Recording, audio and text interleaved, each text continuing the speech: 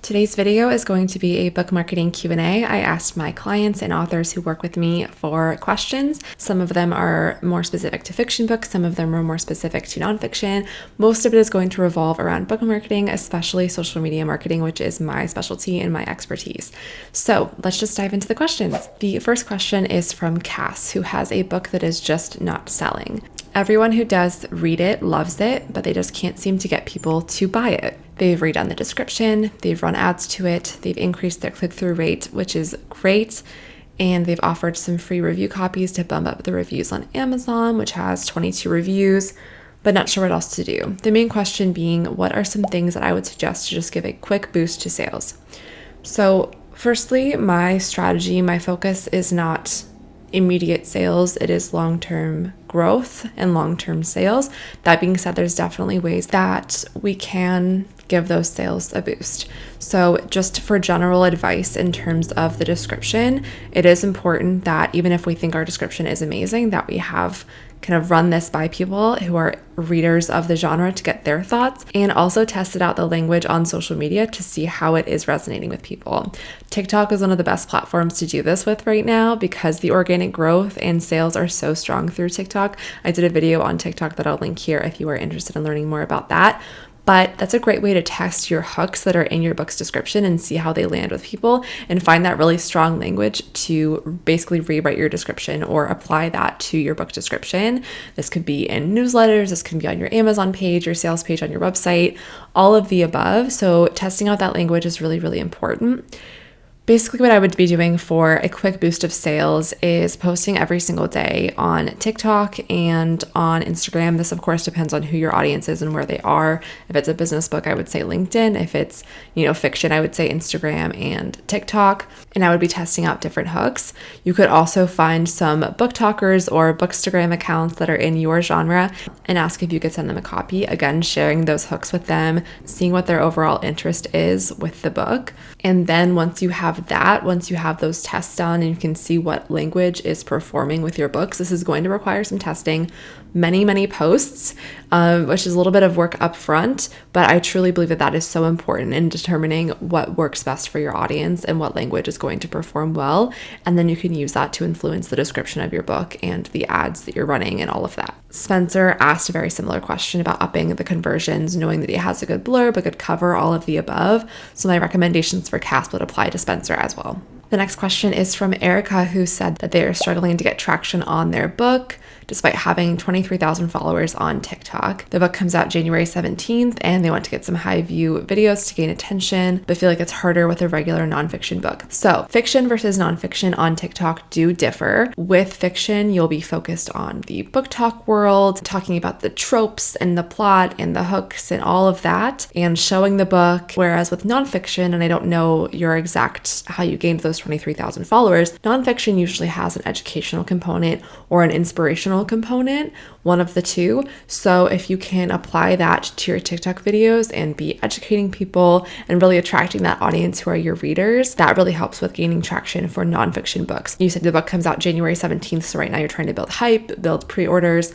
TikTok is definitely an instant gratification type of platform. I think that you can absolutely build up pre-orders on this platform, but I will say that you'll probably see the majority of success once that book comes out and people can get it right away when they order it. So I wouldn't be too concerned, but of course you want to get those high views now and build that hype. So in every single video, I would be talking about the topics in your book, doing educational videos, inspirational videos that are about the topics in your book, and plugging your book at the end of the video, showing it in your video, holding it up and saying, learn more in my new book coming January 17th, all of that, and just being as consistent as possible with that. And go back at those high view videos that you've had in the past and see how can I apply my book to this video and repeat it again and see what happens. The next question is from Kirsten. My books go to #1 in free giveaways on KDP and they've been downloaded 9,000 times this year. Congratulations, that's awesome. What advice do you have on converting that kind of free interest into sales that actually earn money? New book coming out in 2023 and would actually love to make money this go around. Definitely. I think that for my first book, I did free giveaways on KDP as well to get those reviews and build up hype in the beginning. And I think I did briefly for my second book in the very, very beginning just to get some extra reviews. But we don't want to be putting it for free all the time. Free giveaways on KDP, there's an opportunity to get more eyes on it because it's on Amazon and a lot of people are there. But I think that a different strategy is offering a free chapter or even an entire free book if you'd like to build up your mailing list. That way you own that list of people and you can actually email them when your new book comes out. Because with Amazon, you don't have any of that information of the 9,000 people that did download and enjoy your book. So offering it for free through a mailing list instead to build up your mailing list. And then you can send those people that you know are interested and already read your first book for free. You liked this first book, my new book is out now, go check it out. And hopefully get some more sales that way. It's wonderful that people are so interested in the free, and I hope that some of those free downloads led to reviews for you. It's definitely something that you can try for your next book, offering it free for a little bit, but I have found that long term it really doesn't translate to sales. You could also instead do a KDP countdown deal and put your ebook on sale for a period of time and be promoting the heck out of that on Instagram, on social media, on your mailing list if you have one. And that way you are putting it on sale, but you're at least getting the money from those sales. Becky asks, I'm redoing my website. What are some fundamentals I should keep in mind? Where should I put the audience specific things I need, such as the book's hook on there? And what other general marketing type tips you can share? Absolutely. So on your author website, on your homepage, you want to have a very clear headline that speaks directly to your audience. This could be, for nonfiction, like what you teach or what you aim to inspire people with. For fiction books, you want to be specific to your genre and make it very clear what your genre is. And you want to include the emotions that your work brings out in people. So I talk about this with social media bios as well. So it's kind of similar, that you want to start with the emotion, the mission that you have as an author. So for me, that's my work helping people feel less alone. So that's very clear in the headline of my website. So you want to think about what your mission is with your work and apply that emotion-driven language to your homepage of your website. Underneath that, I recommend having a photo of you. It really humanizes the page, and it's just kind of proven that seeing a face, seeing a human really, really helps with conversions. People feel like they're connected to the person. So have a photo of you with the headline, or a photo of you with your books and the headline, and then you can have a sub-headline or a little bit of text about you, about your books, and then links to your books right away, because that's probably what people are going to be looking for. So that's the main homepage. The books page, of course, you want to have the cover of your books, description, hook, links to go buy it, trying to reduce the number of clicks so they don't have to click to get to your book. Just a couple is the best. And then an about page with a longer bio about you, a contact form if you want people to be able to contact you, an additional couple photos of you. And that is the main kind of outline of an author website.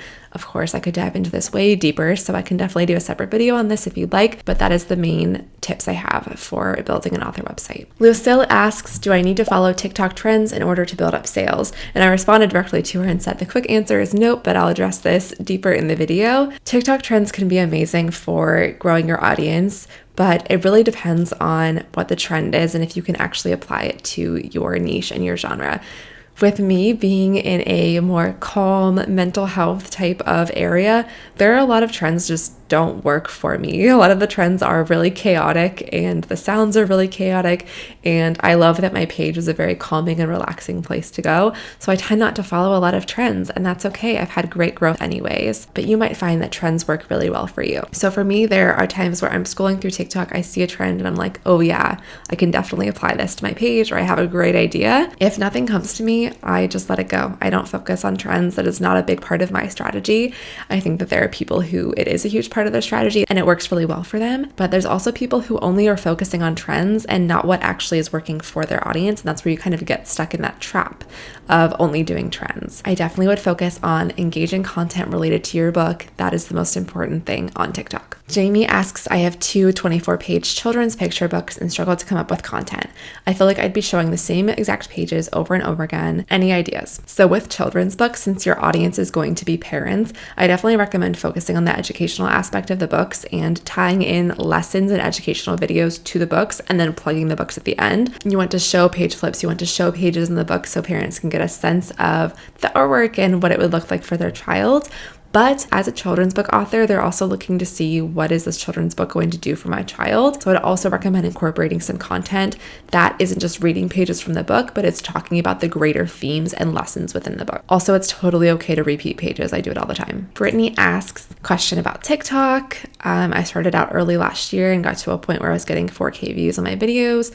I took a break. Now I'm getting a max of 400 views. Are there any major ways the algorithm has changed in the past year, or anything you found that helps encourage TikTok to push out your videos to more people? Okay, so I just took a quick peek at Brittany's TikTok and I scrolled back to the beginning. I'm not sure if you archived any posts at all, but there actually aren't that many. So even though you took a break and it seems like views are lower, I don't think there's enough data to actually tell that there's been a dip, because I can see that your beginning videos were 200-300 views. You had some get 5,000, 1,000, 2,000, 4,000.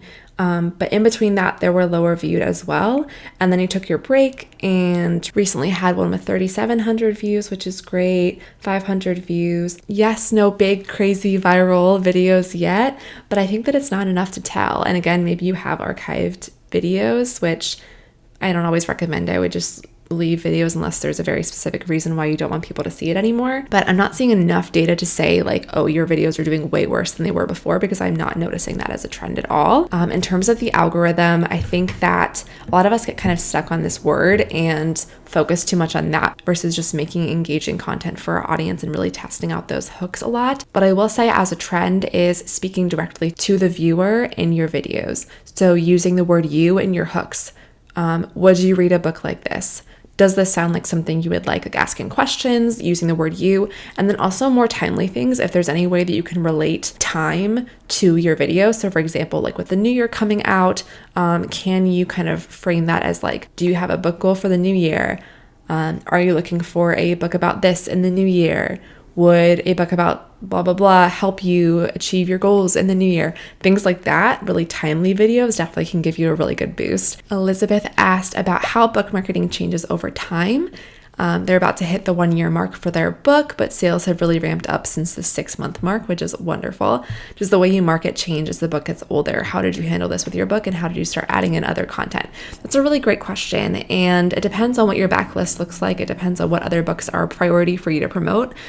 For me, I had quite a long span in between my second book and my third book, which is being released, years in between. So I was constantly promoting my second book and really didn't take a pause.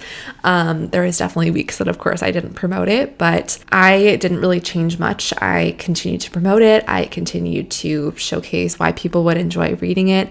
And of course, it was toned down from launch, which tends to be the busiest time for book promotion. I'm really pushing the book a little bit before and then a couple months after the book comes out to really get that interest and spike in reviews and all of that up. Unless you have another book to promote, you really don't have to do anything differently. If there's other content that you want to talk about and start inserting that in, or getting people warmed up to a new book that you're working on, of course you should be doing that too. But you don't have to stop promoting it or promote it less just because it's been out for a while. With social media, you can always be reaching new people to promote your book to. Jessica asks a question regarding marketing for their new book coming out in April. Should I focus all my effort on the new book and ignore my others for now? Also, what's the best way to generate pre-sales? Kind of similar to Elizabeth's question that I just answered. People love that instant gratification of getting the book right away when it comes out. So you'll have your most loyal readers who love your work to pre-order, and you might get some others if you have a viral video on TikTok and Instagram and things like that, or your mailing list. But if you want to continue making sales on your older books, I would still be promoting those up until a month or so before the new book. So maybe until March, continue promoting those ones, sprinkle in videos and content about your new book coming out so people are aware, and sending your email list information about the release and encouraging them to pre-order and all of that. And then once March hits, you can really start amping up those pre-orders for the new book because people won't have to wait as long for the new book. Maybe you do a giveaway, maybe you have prizes for pre-orders, things like that, which are all great ways to get more pre-orders. Then you can really dive headfirst into promoting that new book in April and really focus on that one versus promoting the other ones for a couple months just to get that initial burst of reviews and sales and all of that. The next question is from Kitty, who asks, do you have any tips for how to start building a group of book talkers or Bookstagram influencers to help with book marketing?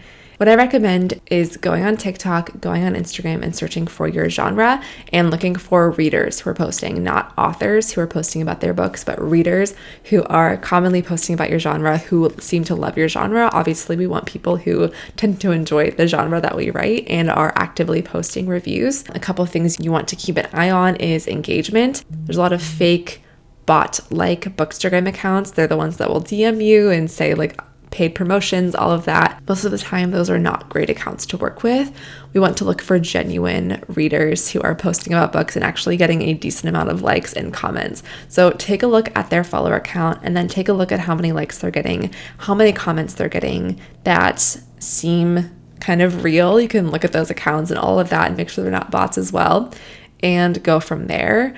Of course, it's up to you if you want to pay for it. If it's someone with a lot of followers who really seems to sell books well, it might be worth dropping a little bit of money. And if they're a smaller account, you might be able to offer it for free. But those are the things that I would really focus on, is looking at your genre, looking at readers who are posting about your genre often, and then eliminating from there, going through, looking at their posts, how often they're posting, how much engagement they're getting in the comments. Are they engaging people? Are they clearly stating the name of the book?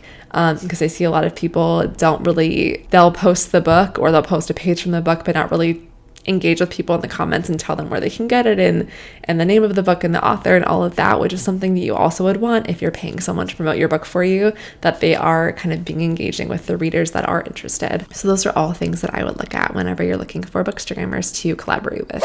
I'm editing this vlog and realized I didn't really answer the second part of this person's question very well about how to approach people once you find a good Bookstagrammer or book talker to work with. So once you've found people that you want to work with, I would first check and see if they have a contact form on their website, if they have any information about collaborations and what they typically do to work with authors.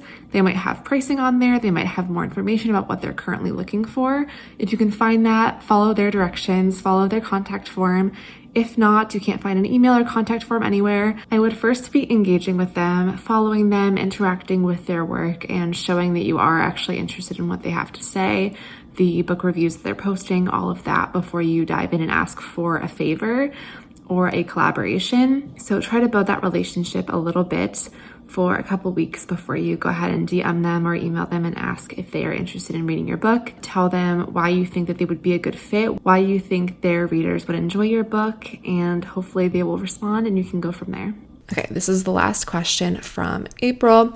What do you think the best way to start a live on TikTok is, and when? You can start doing live streams on TikTok once you hit 1,000 followers, and I definitely recommend giving it a try whenever you're ready. There's no specific time that you have to do it. There's no rules or regulations around when or why you should not do one. If you have a book launch coming up, of course, that's a great time. But even if you don't, you just want to chat and talk to your followers, do it. Give it a shot. You can test out time of day and see what works best, see how many people you're getting in the morning versus the evening. You can do Q&As and get comments ahead of time or questions ahead of time to answer those during the live stream, or just hop on, read some pages of your book, talk about yourself, and then see if any comments come through that you can address and chat with people. But it's really such a great way to interact with your followers, and your most loyal people are the ones that are going to show up to it and really engage with you. So I would definitely give it a shot. There's no rhyme or reason why you can or can't do a live stream at any given time. Just hop on and give it a try and see what happens. So those are all of my questions that I'm going to answer today. Thank you to everyone who submitted a question. I hope you all have a wonderful holiday season and a happy new year. And I am here to help you with your book marketing support in 2023 and beyond. So I have marketing months where I'm doing months of accountability and support in book marketing coaching for anyone who's interested in working with me. My January is about full, but I have the other months open for the rest of the year. And I also have courses and guides to help you with all of your book marketing needs. Also working on more for 2023 as well. So thank you so much for watching this video. Please like this video and subscribe if you want to see more from me. I'm happy to dive into any of these topics as well on a deeper level. Thanks for watching.